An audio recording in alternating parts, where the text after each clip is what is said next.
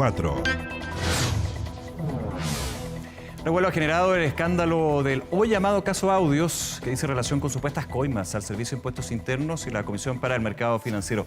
Vamos a hablar de este tema, de otros, por supuesto, seguridad, la entrevista de la diputada Catalina Pérez, entre otros. Para eso estamos con el senador Juan Ignacio Latorre para hablar de esto. ¿Cómo está, senador? Muchas gracias por acompañarnos. Gracias por la invitación. Buenas tardes. A ver, primero quiero comenzar con el tema seguridad, que se ha tomado de hace un buen tiempo, no solamente por los últimos hechos bien graves, por supuesto, la discusión desde el Parlamento, el Ejecutivo. Conversábamos hace algunos minutos con el diputado Chalper en términos de lo que ha sido la mirada de Renovación Nacional a apuntar a responsabilidades políticas. Por ejemplo, la ministra del Interior, hoy vicepresidenta Carolina Toá. Y leía en EMOL que ya hay una declaración del Partido Renovación Nacional en términos de exigir evaluar la continuidad de autoridades como la ministra del Interior y el subsecretario de Prevención del Delito, evaluar las medidas y la continuidad. ¿Cómo ve usted ese tema? Sí, lo primero es obviamente lamentar, condenar el atentado, ¿no?, que sufrió la carabinera el día de ayer, solidarizar con ella, con su familia, con la institución de Carabineros, una mujer además joven, de origen mapuche, que estaba en pleno ejercicio de sus funciones públicas, ¿no? Y yo creo que frente a un hecho así de grave, donde la policía además actuó rápido, ¿no? Un delincuente cayó abatido y además al día siguiente se entregó la otra persona que estaba testigo. Y ahí hay muchas preguntas, ¿no? ¿De dónde vienen estas granadas? ¿Cómo un civil anda con granadas? Etcétera. Ahí hay muchas preguntas. Pero yo creo que ante un hecho así de grave no hay que hacer una utilización política, ¿no? La pregunta a la ciudadanía es ¿de qué serviría, por ejemplo, una renuncia de la ministra del Interior? Que en mi opinión, claro, puede venir de cerca como un senador oficialista, pero está haciendo la pega. O sea, ella está, pactó con el senador Coloma una agenda de seguridad que estamos sacando adelante. De hecho, hoy día se promulgó... ¿Cómo es eso? Porque el senador Coloma, presidente de la Cámara Alta, cada cierto tiempo ha dicho que se necesita más rapidez o más efectividad, digamos, en términos de sacar esas normativas, esos proyectos de ley. Y que falta muchas veces que el gobierno, como colegislador, haga su parte. Mire, yo creo que a veces los proyectos se entrampan no por responsabilidad del Ejecutivo. A veces la discusión en el Parlamento es compleja. Hoy día se promulgó una ley contra el contrabando, ya se han sacado varias de las leyes acordadas en poco tiempo y por tanto creo que se está haciendo la pega, ¿no? El Ministerio del Interior en su conjunto. Y acá yo creo que hay que fortalecer a las policías, a Carabineros y a investigaciones, ¿no? Policía de investigaciones. Hoy día se desbarató una banda de venezolanos que se dedicaba al tema de extorsión, secuestros, etc. Por tanto, esto de andar pidiendo, por ejemplo, estados de excepción o hacer puntos políticos como esto de, mire, si no expulsan de aquí a fin de año a 12.000 personas, vamos a presentar una acusación constitucional. O sea, eso es casi 10 veces más de las personas que logró expulsar Piñera en su periodo de gobierno en 4 años. Digamos, ahora, ¿no? Desde la oposición se han dado todas las herramientas y se ha apoyado a todos los proyectos que ha ingresado el Ejecutivo y que se ha solicitado para ir avanzando, digamos, en esto, en migración irregular relacionada con el delito, organizaciones criminales. Es que yo creo que esto... Porque se exigen resultados, digamos, ante eso, sí, lo que dice la oposición. Claro, pero de ahí a pedir algo desproporcionado, de expulsar 12.000 personas, que un gobierno como el de Piñera, que habló mucho de seguridad, habló mucho de migraciones, habló mucho también de traer venezolanos a Chile. Recordemos a Piñera en Cúcuta y a sus ministros de Estado que decían vengan en masa a Chile, que acá les vamos a dar trabajo. Pero vengan en masa. Uno busca declaraciones de ministros como Cecilia Pérez, que fue vocera, y decía, mire, vamos a recibir venezolanos hasta que el país lo resista. Era un llamado así de amplio y muchos parlamentarios en su momento. Entonces, claro, heredamos una situación compleja, pero que hay que enfrentar como política de Estado, no con puntos mezquinos, probablemente con algo de intención electoral, a un mes del plebiscito. Yo creo que hay mucho de eso también en la oposición y yo invitaría a no hacer puntos políticos de algo que es complejo, que es grave y que tenemos que enfrentarlo como políticas de Estado. Ahora, desde el Partido Republicano, por ejemplo, ya se habla de la posibilidad de generar un rechazo al proyecto de ley de presupuesto si no hay definiciones con respecto a la continuidad eventualmente de la ministra del Interior. ¿Cómo ve usted eso? Me parece que son declaraciones irresponsables. La ley de presupuesto es la ley de la nación, una de las leyes más importantes que tenemos la responsabilidad como parlamentarios de aprobar como plazo al 30 de noviembre y entre otras materias hay recursos de seguridad pública que ya el año pasado se incrementaron de manera muy significativa a Carabineros, a las policías, al Ministerio Público. Uno puede hacer puntos para negociar eventuales partidas y eso es normal. Yo estoy en la comisión mixta, la semana pasada nos tocó tramitar aquello y se van haciendo distintos puntos, pero la idea finalmente es aprobar un presupuesto para la nación. No aprobarlo sería de manera irresponsable y habría que explicarle a la ciudadanía por qué dejas al Estado sin recursos para enfrentar, entre otras materias, la seguridad pública. Senador Latorre, ¿por qué no estado de excepción constitucional en la región metropolitana o como algunos parlamentarios andan sosteniendo en algunos puntos a nivel nacional? Mire, yo lo que he podido conversar con las autoridades del Ministerio del Interior es que la línea, digamos, más efectiva, más responsable es focalizar el apoyo a las policías y fortalecer al Estado, ¿no?, en una línea de especialización en contra del crimen organizado, en contra de ciertas bandas y ciertos barrios críticos. El tener desplegados a los militares en todas partes, o sea, ya los tenemos en la macrozona sur hace bastante tiempo. Ya los tenemos en zonas de frontera, resguardando frontera. El que los militares se vayan haciendo cargo de situaciones de seguridad pública no es la receta más efectiva, por un lado, ni Pero dice que las policías ya se ven sobrepasadas con la situación o los efectos de las organizaciones criminales y la delincuencia. Es que acá es el conjunto de instituciones. Son las policías por un lado, es el Ministerio Público por otro, las cárceles. Sabemos que muchas de estas bandas operan desde las cárceles, entonces ahí también hay un trabajo con Gendarmería, se ha hecho todo ese trabajo, legislativo obviamente. Entonces esto de andar a la rápida pidiendo estados de excepción, así como si esa fuera la solución mágica, la evidencia comparada además en zonas urbanas, complejas, en barrios ¿cuál va a ser la labor de los militares, ¿no? Entonces, nada, yo diría más... va a haber una convocatoria, entiendo, a ex subsecretarios del Interior, claro. Tenemos una tarea se ha hecho pendiente. con el subsecretario Monsalvo y ministro Exacto. del Interior subrogante. Tenemos tareas pendientes en materia de inteligencia y de fortalecimiento de la labor de las policías. Ahora, las policías están haciendo la pega. No es que en el fondo esto, digamos, se está persiguiendo a los delincuentes, y también en materia migratoria se está ordenando el asunto. Nosotros heredamos una situación bien crítica, bien desregulada, y los datos muestran que hay procesos de reconducción, de expulsión de personas por vía administrativa y judicial, de control de fronteras, etc. Entonces, hay mucho por hacer, sin duda, pero no hagamos puntos políticos, y yo creo, mi opinión es que hay mucho de motivación electoral también de aquí, de sacarle punta electoral a situaciones trágicas como la vivida con la carabinera el día de ayer. Voy a otro tema, senador Latorre. ¿Qué le pareció la entrevista de la diputada Catalina Pérez en La Tercera de domingo? Mire, yo creo que no hay nada nuevo de lo que ya se ha dicho en 5 meses de debate sobre el caso convenio. No creo que aporte ningún antecedente nuevo de lo que ya se ha dicho públicamente. Y claro, el lado humano, yo entiendo, esto ha sido doloroso para ella, pero también ¿te ha hablado con ella para todos. El último tiempo no.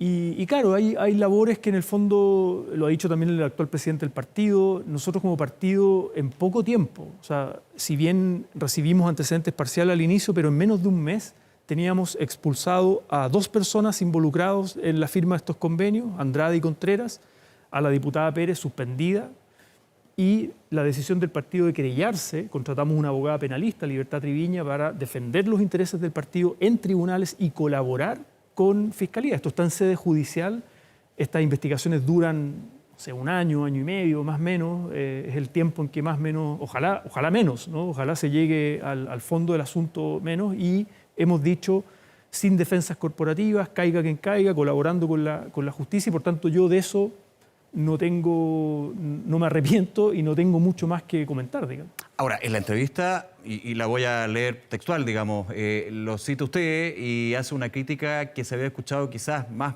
moderada, lo voy a citar.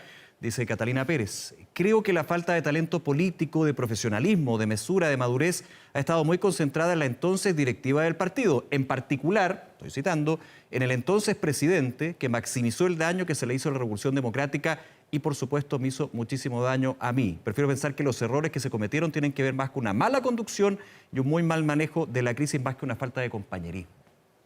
Critica lo que fue su... Sí.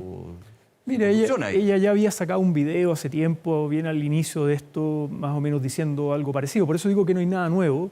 Y claro, uno puede hacer... Usted imagino que no está de acuerdo con esa mirada de la diputada Pérez, pero ¿cuál es el argumento ahí?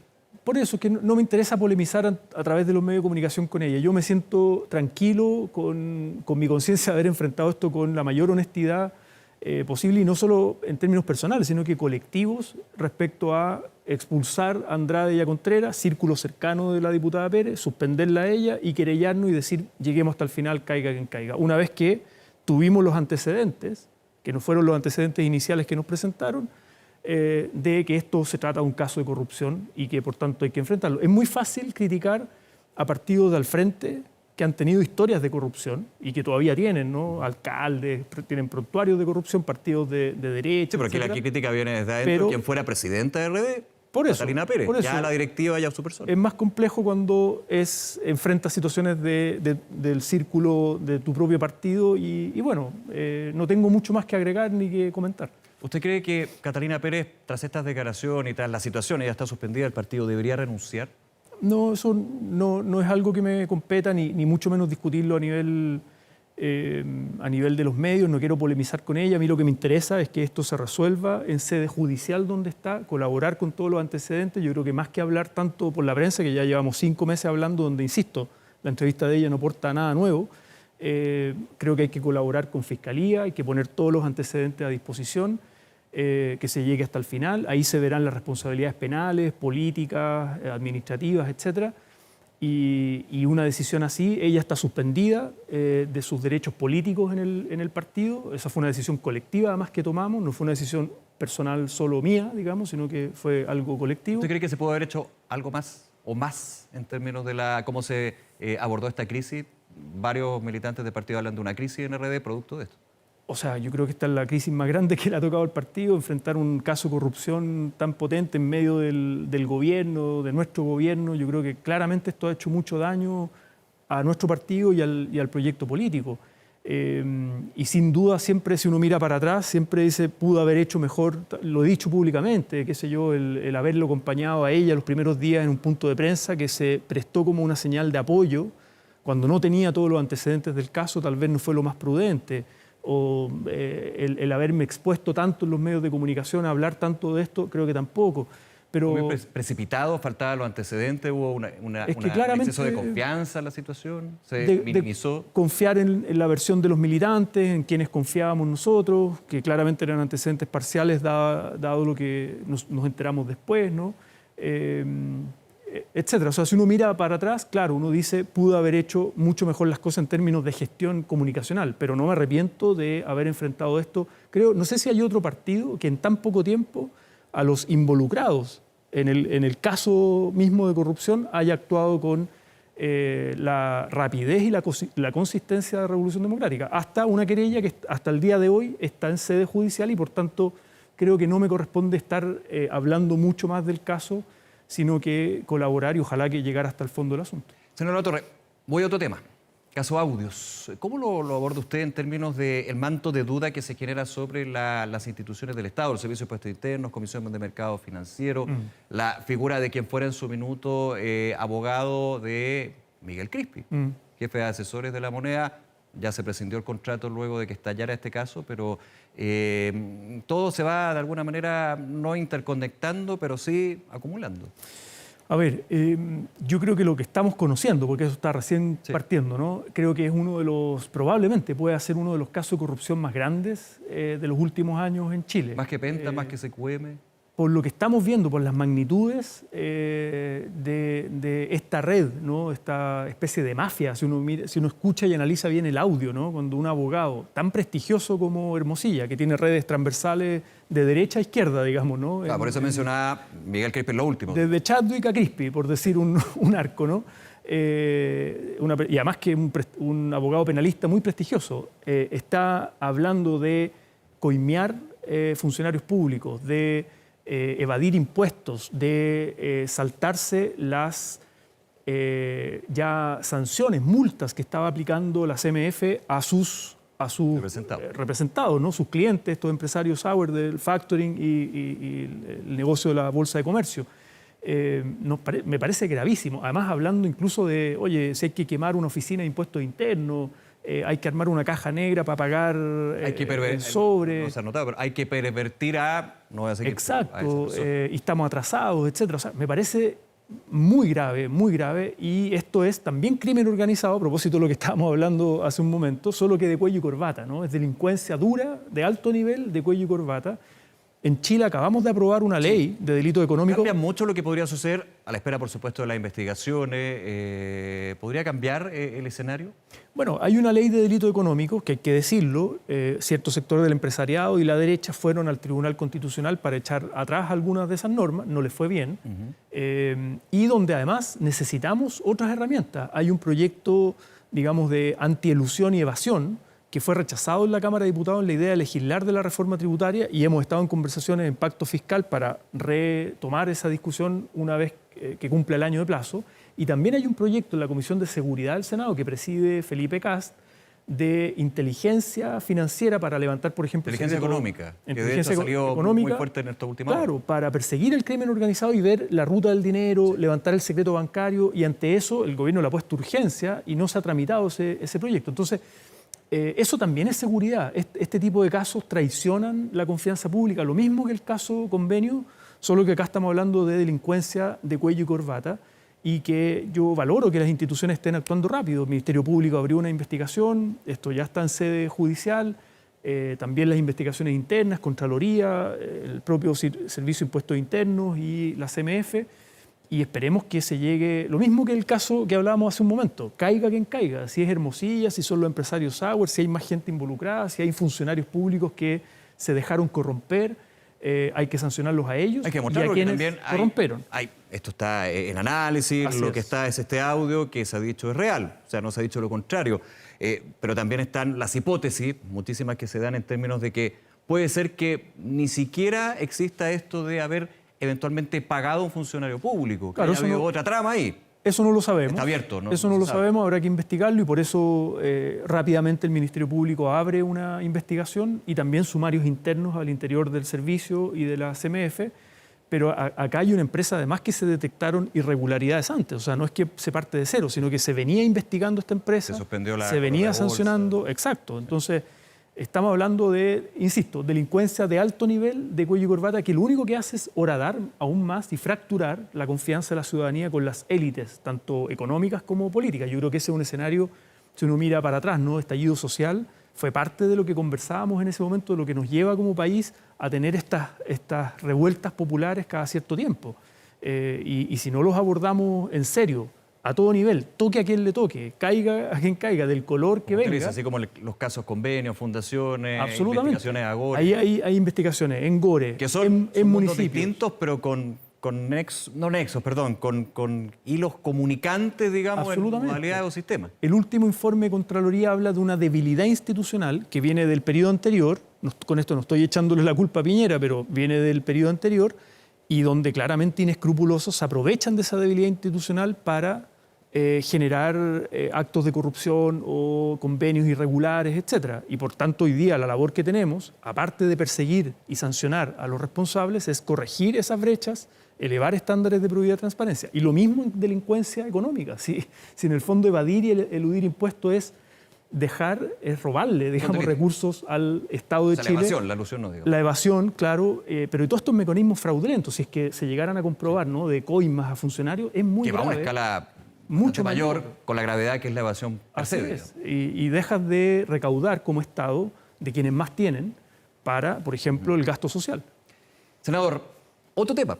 ISAPRES. Dentro de la Comisión de Salud ha habido un trabajo con lo que es este proyecto de ley corta, las indicaciones.